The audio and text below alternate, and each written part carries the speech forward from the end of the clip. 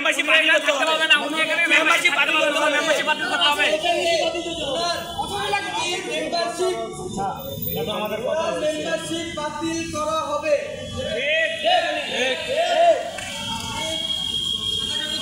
আগে মেম্বারশিপ বাতিল হবে, এরপর সত্যতা সাইন করে।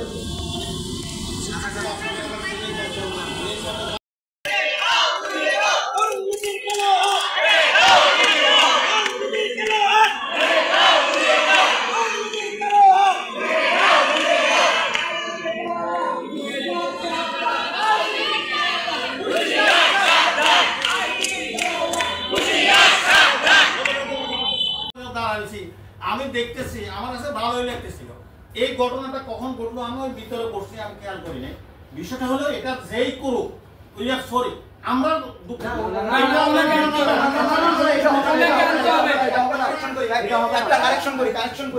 শেখ হাসিনা খুন করার পর সরি বলছে, মাপ চাইতে আমরা কি শুনছি? আমরা আমাদের উপর যে অন্যায় করবে, অন্যায় করার পর মাপ চাবে, আমরা মাপ করি না, আমরা তার শাস্তি নিশ্চিত করি। শেখ হাসিনার শাস্তি নিশ্চিত করার জন্য আমরা মামলা করতেছি। কে কে কয়জন মামলা করছে আমরা জানি না, কিন্তু আমরা পার্সোনালি শেখ হাসিনার নামে মামলা করছি মোহাম্মদপুর থানায়। সর্বপ্রথম মামলাটাই মোহাম্মদপুর থানায় মৃত্যু মানে সাধারণ ছেলেরা যে মৃত্যুবরণ করছে এটার জন্য শেখ হাসিনার নামে ডিরেক্ট মামলা করছে। আপনারা কয়জন মামলা করছেন আমরা জানি না, হয়তো বা করছেন 2-4 জন, সবাই করেন নাই, কিন্তু আমরাও মামলা করছি।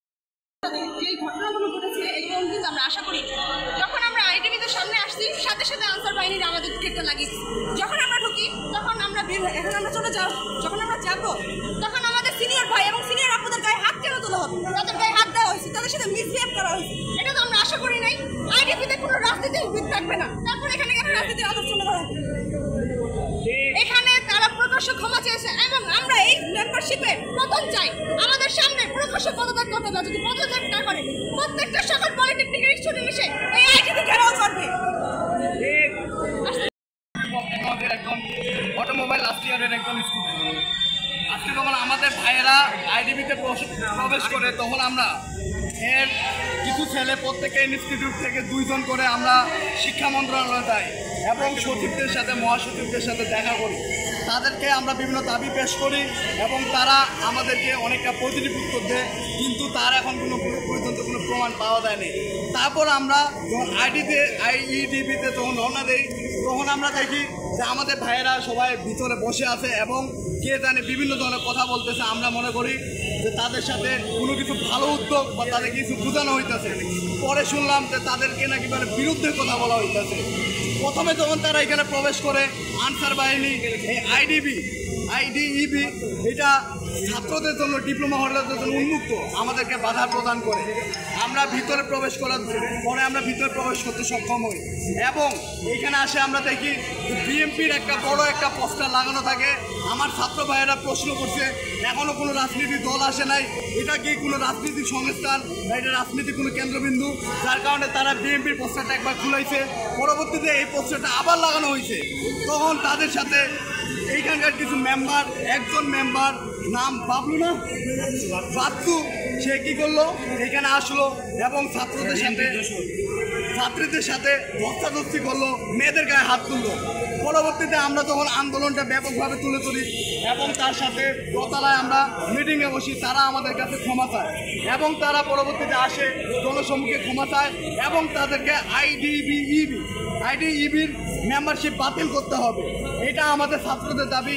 আমরা যারা এখানকার প্রতিনিধি আছি আমরা এই দাবি অবশ্যই তাদেরকে পেশ করাইছি এবং অর্ধেক কার্যক্রম করতে আমরা সক্ষম হয়েছি। আর তার আইডিবি মেম্বারশিপটা বাতিল করা পর্যন্ত আমরা এখানে আছি। একটি ছাত্র সংগঠন তারা চাচ্ছিল এবং এখানে এই আইডিবিতে কোনো প্রকার তারা কোনো রাজনৈতিক কোনো কিছু চাচ্ছে না, কোনো কিছু রাজনীতির ব্যানারে কোনো কিছু তারা সহ্য করতে পারতেছে না। এই জন্য এখানে আসছিল ছাত্ররা। এই ছাত্রদেরকে আমরা সাধুবাদ জানাইছি। বৈষম্যহীন আমাদের সংগঠনের পক্ষ থেকে আমরা যে একটা আইডিবিকে সংস্কার চাই, সেই সংস্কারের পক্ষ থেকে আমরা এই আইডিবিকে সুন্দরভাবে দেখতে চাই। যে আন্দোলন আমরা 15-20 বছর ধরে করছি, কোনো দলের পক্ষ থেকে না, কোনো ইজমের পক্ষ থেকে না, আমরা কোনো একটা ফেসিসকে দাবাইয়া আরেকটা ফেসিস আনার জন্য এই আন্দোলন করতেছি না। আমরা এখানে আসছি মূলত রেস্ট নেওয়ার জন্য, তারপরে আমরা যেন একটু খাওয়া দাওয়া করতে পারি, আমরা সব কিছু ব্যবস্থা করে এখানে আসছি। আসার পরে আমরা এখানে দেখি যে একটা রাজনৈতিক দলের ব্যানার আইডিবির সামনে লাগানো। এর মাধ্যমে প্রকাশ পায় যে আইডিবিকে রাজনৈতিকভাবে দখল করার একটা পায়তারা চলছে, যার প্রতিবাদে আমরা প্রতিবাদ করি এবং আমাদের সাথে বেশ কিছু ঝামেলা হয়। তারপরে আমরা আইডিবির বিভিন্ন যারা এখানে দেখাশোনা করছেন আপাতত কোনো কমিটি নাই, সেই কমিটির সাথে আমরা বুঝতে পারি না, যেহেতু সেই কমিটিগুলো রাজনৈতিক দলের ছিল। এখন যারা দেখাশোনা করছে তাদের সাথে আমরা বসেছি এবং তারা বলছে আইডিবি কোনো রাজনৈতিক সংগঠন না, এটা সম্পূর্ণ অরাজনৈতিক এবং সামনে যেই সংগঠন করা হবে আইডিবিকে আবার পুনরায়, সেখানেও কোনো রাজনৈতিকভাবে কোনো দল থাকবে না। প্রিয় নাম্বার সেট করে বিকাশে সেন্ড মানি করুন ফ্রি।